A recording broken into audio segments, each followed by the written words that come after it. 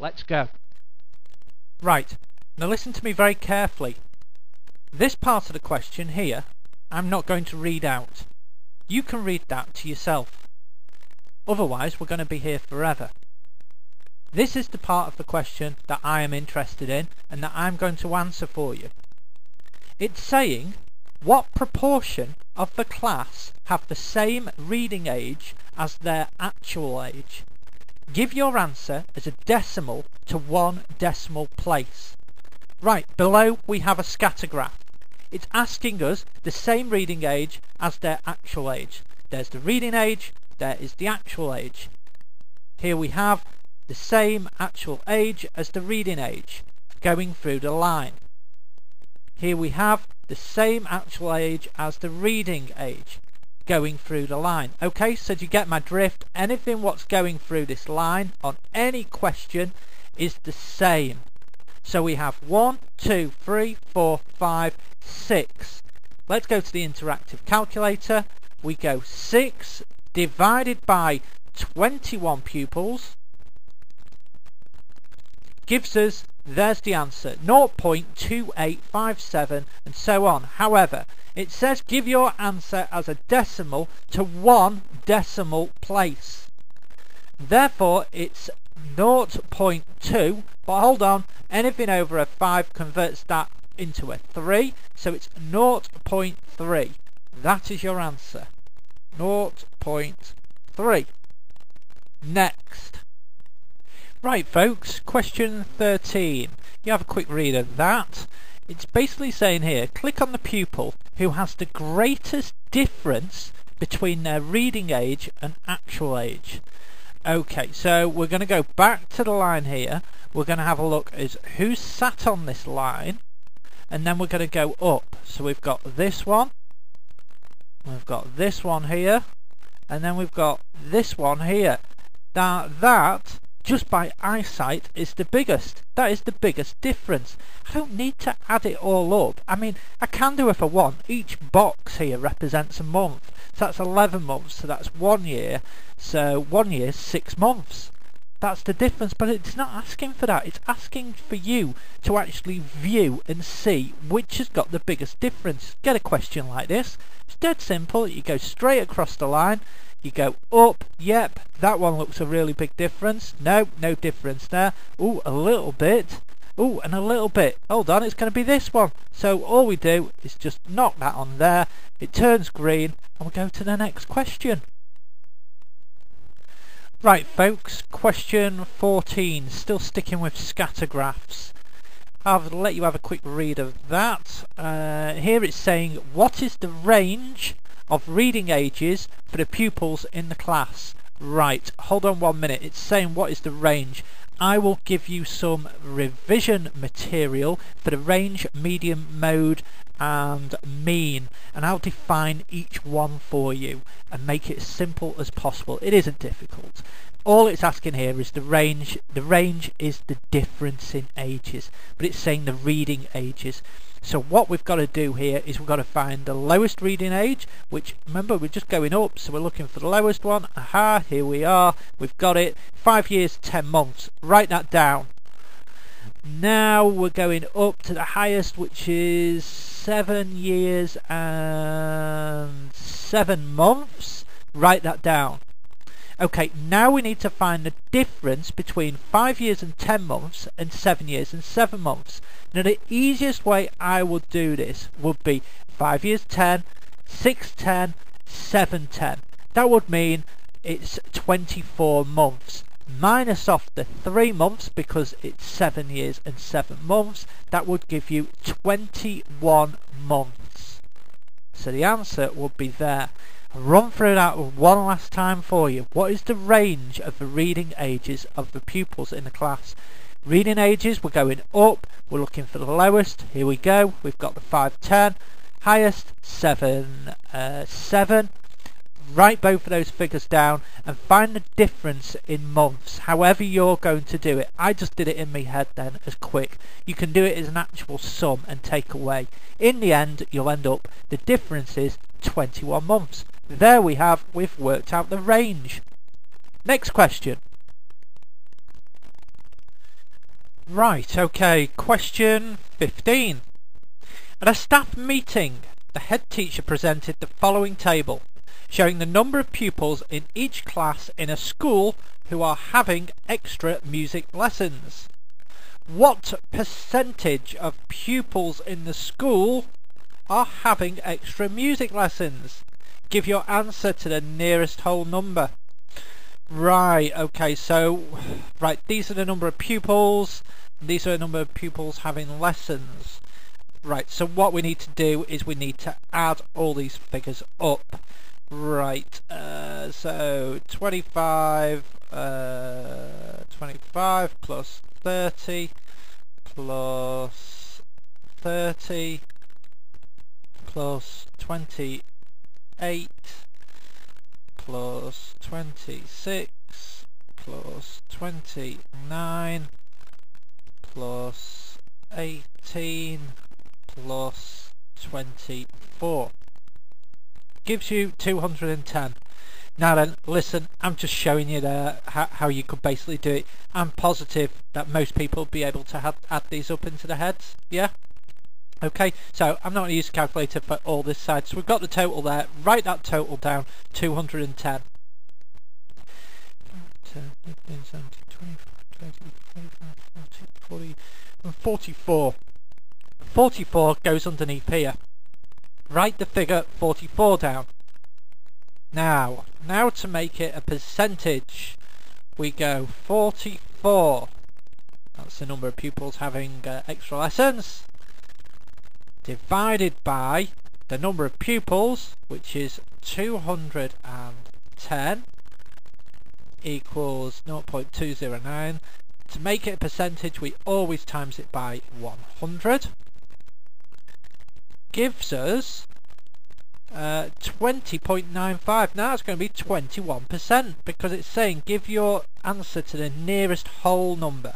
Yes, not a decimal, whole number. I mean, you could go through all that process, stick that number down, and it'd be wrong.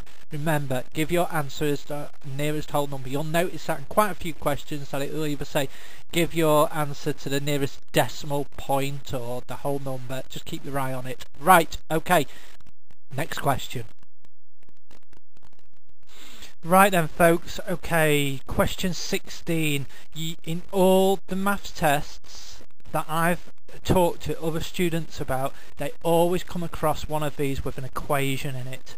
It might be the mean, it might be the range, whatever, you know, there will be one of these giving you instructions what to do. All it's saying is total points for the year group, which is here, total points, and total numbers of people in the group. Divide that by that, and that gives you your answer. Now then, total number of pupils we know, which is 48. So 48 is going to go on the bottom. We're not too bothered about a total here, but we do need to find out these totals so we can put it on top there. So all we do is we get the calculator, and it's 8 times 33. See that? 8 times 33 gives us 264. So write down 264. Next sum, let's see, 6 times 39, 6 times 39 gives us 234. Now we need to add all these up. So 234 plus, it was 264 plus 783 plus 105 equals 1386. So 1386 goes into the box there. Now then, look at the sum. It's saying total points for the year group, we've got it, 1386 is divided by, so let's hit the divide, by the number of pupils of each group, which is 48. So we divide it by 48, which gives us 28.875. Now then, it says here, if I move that out of the way, this is what I mean, just be careful of these. This got a little catch. Give your answer to the nearest whole number. Well, 28.875 converts to 29. So your answer here is 29. Right, next one. Right folks, okay, question 17. It looks like quite a long-winded one, doesn't it? And it probably is. Let's have a quick read then. A teacher is planning a group outing to see a play in a nearby city. Okay, we don't need to know that. She's been given details of the costs of travel. Yeah, it's not important to us. There are 25 in the group. Important. Including pupils and teachers. So all of them in this group, there's 25 of them. A group booking for 25 theatre tickets costs £185. Important. The return train ticket costs £5.65 each. How much will each person have to pay for the outing to cover the cost of travel and a theatre ticket? Right, okay, let's get a calculator up. First things first, we need to get, it's £185, we need to divide that by 25 people. That gives us £7.40 each. Write that sum down, £7.40.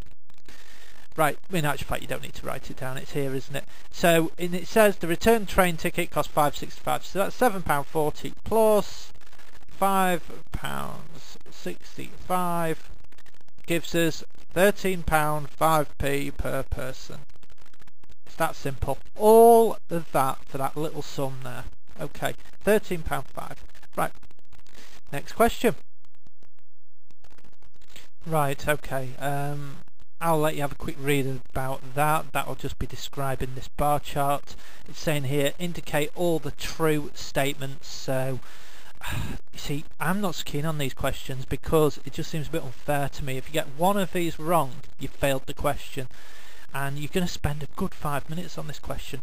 Anyway, let's sort it out. As I say, you are going to need this this revision material on the mean, median, range and mode. Right, okay, so the mean percentage of GCSE grades A star and C for the last 5 years of the chart was 51%. So 5 years, 1, 2, 3, 4, 5. So what it's saying here is the A to C results were 51%. So we need to work this out as a percentage. So we need the calculator. So we need to add 47 plus 46 plus 50 plus 54 plus 58. That gives us 255. We then need to divide that by the years 1, 2, 3, 4, 5. So divided by 5 equals 51. Yeah, 51. So that is true. So all of that adding up, dividing it. Yes, we know that's true. Okay, so the percentage of GCSE grades A star to C increased each year from 2004, which is there, to 2011. So all we're looking for is an increase here, isn't it?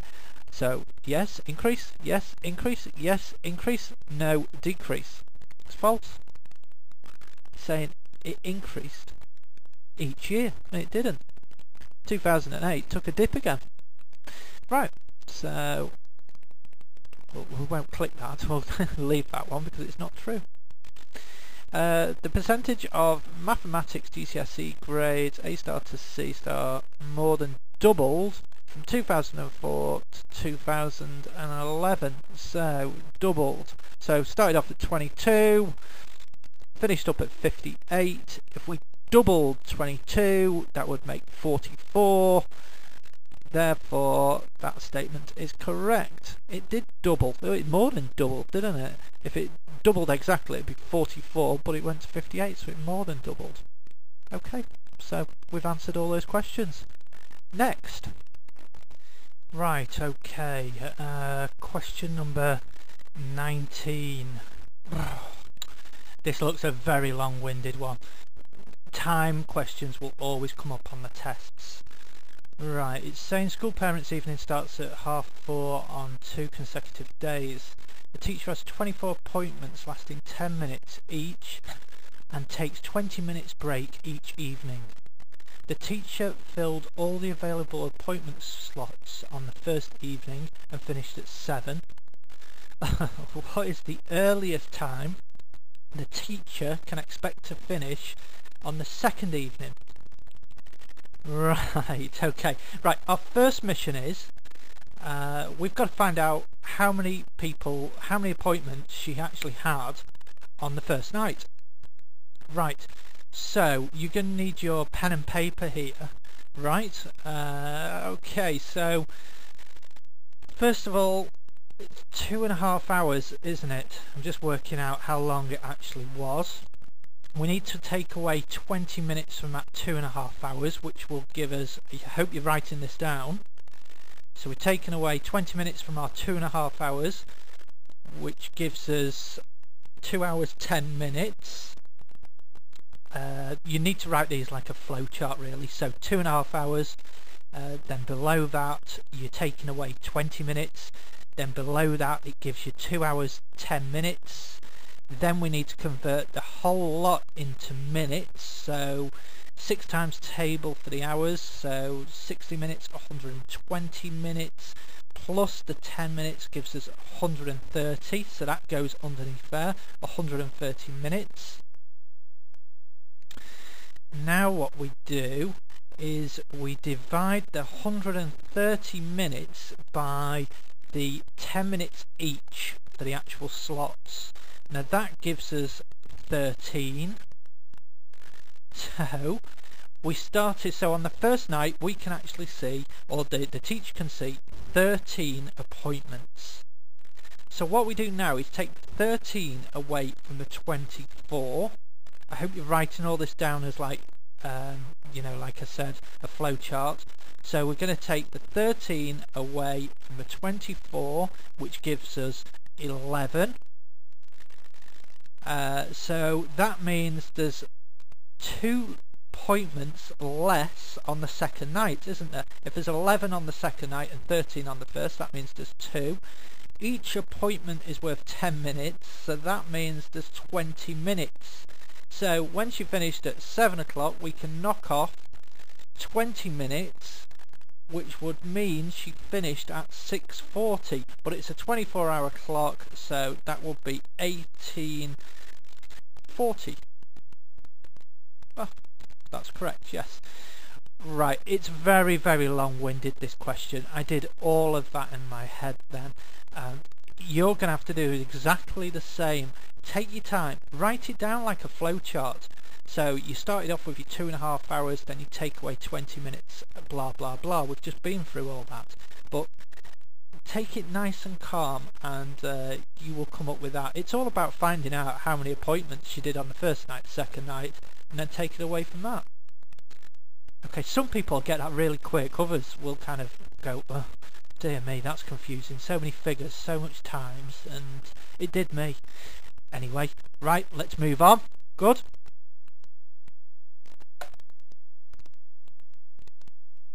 Right folks, question 20. A teacher produced the following table to show the marks achieved in an end-of-year geography test by pupils in 3 Year 7 classes. Indicate all the true statements. Right, well we're going to need the calculator. By this stage I'm taking it you know what the range, median and mode is.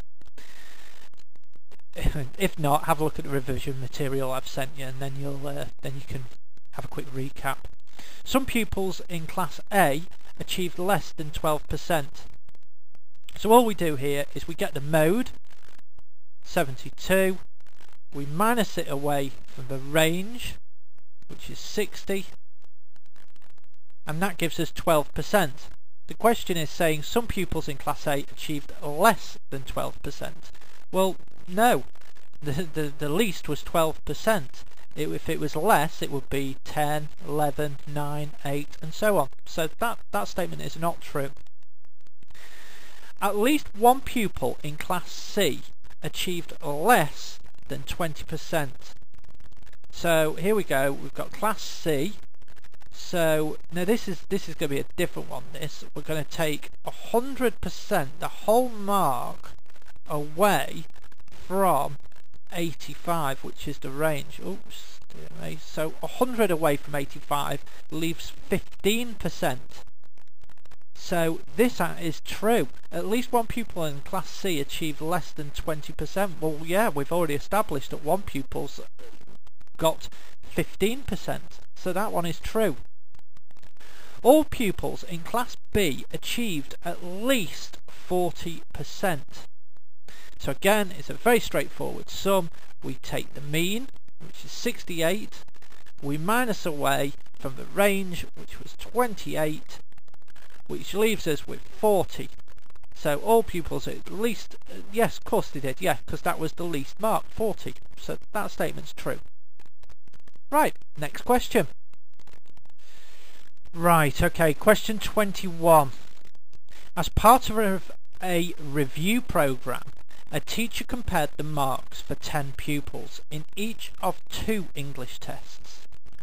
Click on the letters in the table for the pupils who scored at least 10% points more in test 2 than in test 1.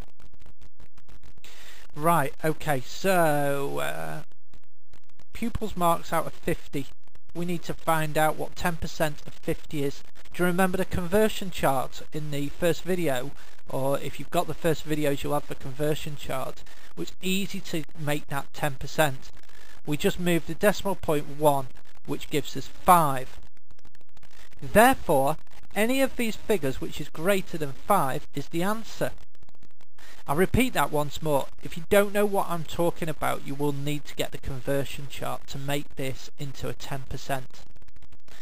So, pupils marks out of 50. What's 10% of 50? It's 5. So therefore, any of these marks which are greater than 5, we just highlight the pupil. 28 to 30, no. 14 to 18, no. 16 to 15, well that's a decrease, so that's no. 17 to 22, yeah, mark him. 20 to 24, no. 20 to 29, that's definitely. We've got 16 to 18, no. 8 to 13, that's greater than 5, yeah. And 6 to 6, no. 14 to 24, well that's 10, so of course it is. So that's your answer. Just be careful with questions like this, because a lot of people will tell you to kind of put all the differences all down the side and then write them all down. No, you're wasting time. Then you have to do the percentage, then you have to put it over 100, times it by whatever. No, you don't do that. Just find 10%, which is 5, anything greater than 5. Okay, next question. Right folks, question 22. A teacher presented the following box and whisker diagrams as part of a staff discussion on pupils' performance. The diagrams show the percentage test marks in mathematics for a revision test for 2 class groups. Indicate all the true statements. Right, if you've got the conversion sheet which comes with the videos for the mental arithmetic, you will find in there is a quick explanation of all you need to know about whisker box diagrams, or box and whisker diagrams, whichever way you want to call it. Right, so the range of percentage marks was greatest in Class A. Just quick recap again, with this set of videos I'll provide you another revision sheet with the range, the mode, the median and the mean on. Okay, so you understand what that's going to be. Right, so the range of percentage marks was greatest in Class A, so that is from the bottom to the top. So that's 10, 20, 30. On this one it is, let's see, 10, 20, 25. So yeah, that's true. On here, the median percentage mark in Class A was 15 percentage points less than the median percentage point in Class B. So all we're looking for here, the median is the middle. So in Class A it was 45, in Class B it's 50, with a difference of 15. So the percentage was 15. It wasn't 15, sorry, it was 5, not 15. So this is not true. Yeah, so there it is, 45, 50, so the difference is 5%. Can you see? There's the middle of that box chart, and there's the middle of that box chart, the difference being 5, not 15. The interquartile range was the same in both classes. So the interquartile is this bit here, is the box which is filled in, which altogether is 10%, which altogether here is 10%. So it's the same in both classes. That's correct. That's it. That's all you need to know. You will need to know though these the range, the mean, the median, and as I say, I'll supply that with these videos as well. Okay? Alright. Next question. Right folks, on to question number 23. A teacher plans a school trip to Brussels, which involves using a ferry from Ostend. The teacher wants to be in Ostend no later than 1800. She expects their coach to travel from Brussels to Ostend, a distance of 120 kilometres at an average of 50 miles per hour. Using the approximation of 5 miles equals 8 kilometres, what is the latest time that the coach should leave Brussels? Give your answer using the 24-hour clock. Wow, what a question. Right, no problem, we'll decipher it, we'll get it through it. Oh, sorry, I've just hit the wrong button then, I'm after the calculator. Right, so what do we need first? We need to convert this 120 kilometres into miles, so let's do that first. So get your pens and paper ready, make it like a flowchart. So here's the first sum. So 120 times the 5 miles. Then we're going to divide it by the 8 kilometres. And that will give us 75. Right, go on the line below where you're writing this down. Now then, I will give you this in your revision material because it would take too long to explain here about the sum of distance, speed and time. Right, so what we need to do here now is we need to divide the 75 miles by the 50 miles per hour. So we divide 75 by 50, which gives us our time. Now it's given our time broken down like 1.5, so we will see that then as 1.5 hours. Now then, the whole point of this question is it's saying what is the latest time the coach should leave Brussels. So if it's 1800, which is 6 o'clock, we need to minus off that an hour and a half, which would give us 4:30. They want it in the 24-hour clock, so 4:30 is 16:30. That's the answer.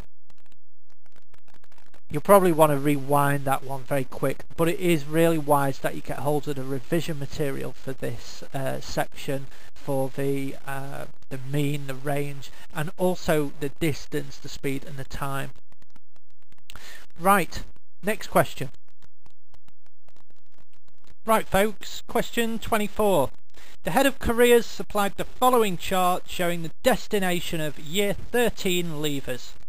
Indicate all the true statements. Ah, right, I see a pie chart. With a pie chart, I need the calculator. Before I answer any of these, I need to know how much all these sections add up to. Right, so that's the rule of the pie chart. Got it? 82 plus 14 plus 38 plus 48 equals 182. Pens to paper, 182. Right. Now then, the first question is asking 3/7 went on to higher education. Okay, so how many went on to higher education? It's that colour, so it's 82. What I want you to do now with your pen and paper is write 82, draw a line under it, just like it's a fraction, and then write 182. Now then, you need to reduce that fraction into its lowest denomination. Right, how are you going to do that? Well, it's just knowing your times table, what will go into 82 as well as go into 182. Well, first of all, let's pick the easiest number, so 2. So 182 divided by 2 is 91. So we can cross that out on the bottom and we put 91. On the top was 82 divided by 2 equals 41. So now you should have a new fraction, which is 41 over 91. Now, because obviously I know maths quite a lot, I know that there's nothing which will go into 41 and 91 exactly. So 2 won't go into it, 3, and so on. It's really wise you do know your times table. So that's the answer, 41 over 91. So no, it isn't 3/7, quite simply, so there's no point in ticking it. 1 in 13 took a gap year. So how are we going to find that out? Okay, so we find the gap year, so it's 14. So what I want you to do is I want you to write it out as a ratio, because this is what it basically is. It's 14, the 2 dots, as 182, so there'll be another dot at the top there, make it a colon. 14 against 182. Now all we do here, this is dead easy, is we get our 182. Whenever we do a ratio, we just divide it by the 14. Let's divide it by 182 divided by 14. That gives us 13. So 1 in 13 did take a gap year. Correct. Right, 2/7 went on to further education. Right, so it's very similar to this question here. So further education, 38. So we're going to put 38 over 182. Now we need to reduce it. Do you remember how I reduced it before? We just used the 2, didn't we? We just halved it. So let's half that again. Half of 38 is 19. Half of 182 is 91. Can we reduce that any more? No, there's no times table which will go into 19 and which will go into 91. So that is your answer. So that's not true either. So the only one which is true there is that. Right. Next question. Right then folks, question 25. A science class of 30 pupils was given 2 tests. One test was given at the start of the term and test 2 at the end of the term. As part of a review of pupils' progress, a teacher prepared a bar chart, shown below, showing pupils' achievements in the 2 tests. Indicate all the true statements. Wow, quite a mouthful all that really, isn't it? I think we know what a bar chart is. It compares one set of figures to another set of figures. The important information here, what I'm looking at, is the science class of 30 pupils. No doubt they won't give you that number unless it crops up somewhere around here. So let's just see. Okay, so the number of pupils achieving 81 plus marks increased by 50% from test 1 to test 2. Okay, so we're looking in this column, the 81 plus marks, and we're saying test 1 has risen by 50%. Let's see, well, if it had risen by 50%, it would be, test 2 would be there. It's actually risen by 100%. So that's not true, is it? If it said 100%, then yes, that would be true, but it's not, so no point in ticking it. Right, more than 80% of pupils achieved more than 40 marks in test 2. Right, a little bit more work then to do here. Test 2 is here.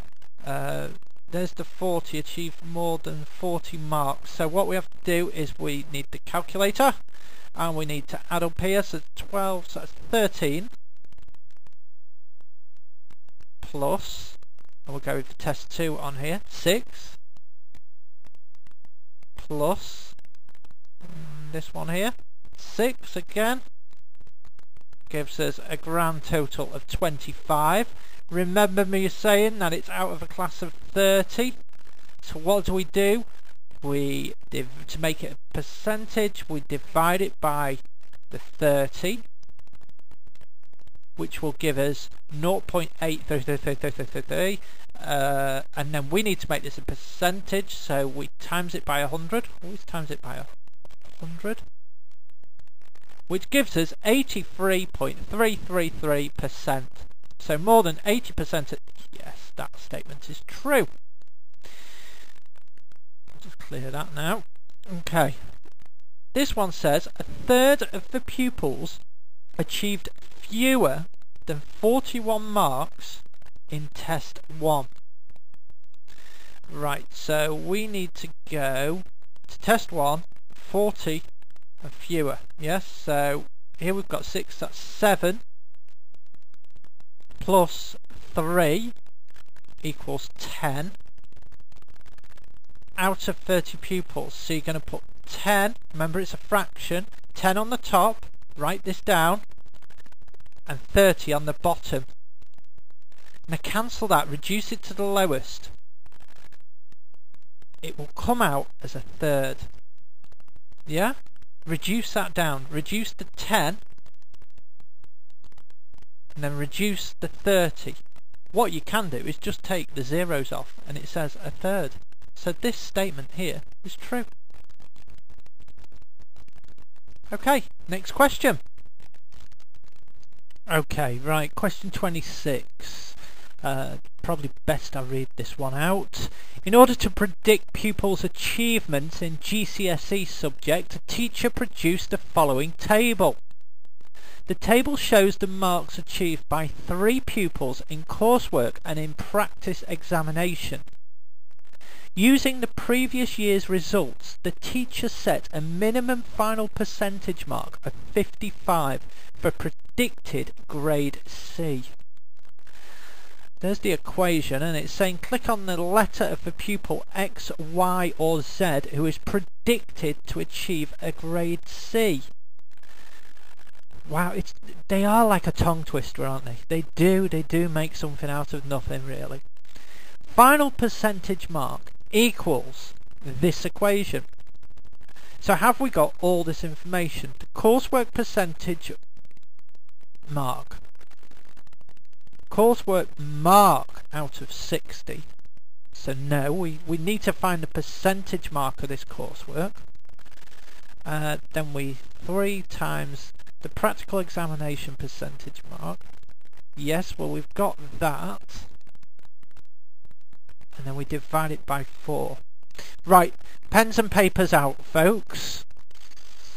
Okay, so first things first, coursework percentage mark, let's find that. So 22 divided by 60 equals that. Then we times it by 100 to make the percentage, which is 36.7. Write the figure down, 36.7. Cross the 22 out and put 36.7. Next one, let's get that one done. 21 divided by 60 equals that. Then times it by 100. 35%. Cross 21 out, make it 35. 30 divided by 60 equals 0.5. Times it by 100 and you'll get 50%. Cross the 30 out, put 50. So now we have that figure. So if we're going to do pupil X, anything in brackets goes first. So we need to do, make sure this is 3 times 45 equals 135. Then we add that figure onto the 36.7, which is the coursework mark. That gives us that. Then we divide it by the 4, which gives us 42.9, which is really 43%. Now what did we need to know? Click on the letter of pupil predicted to prove a C grade. To get a C grade, you've got to get 55. So X is out. He didn't get it. Right, now we need to do the same for Y. So, go back to here, brackets first. 3 times 60 equals 180, plus the coursework percentage, which is 35. Oh, let's just do that again. So we've got our 3 times 60. We're going to add our 35% equals 215. We're going to divide it by 4, which is there. Oh, that gives us 53.8. It's got to be 55 though, so it's not Y. Now then, the smart people out of you will probably go, well, it's got to be one of them, so it's going to be Z. But just to make sure, let's just do the sum. But I suppose if you've got those, you're on the countdown or the clock, then you just go for it.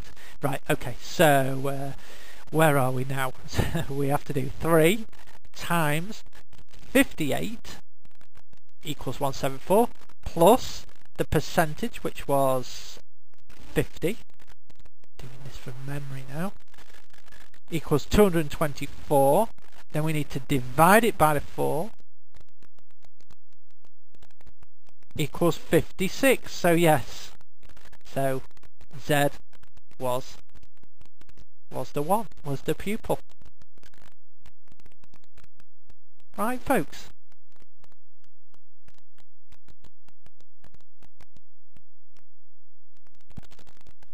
Right, okay, question 27. A teacher looked at past achievements in end of Key Stage 2 assessment for the period 2009 to 2011 in order to predict GCSE achievements for a group of pupils. Indicate all the true statements. So let's have a look at what we've got here.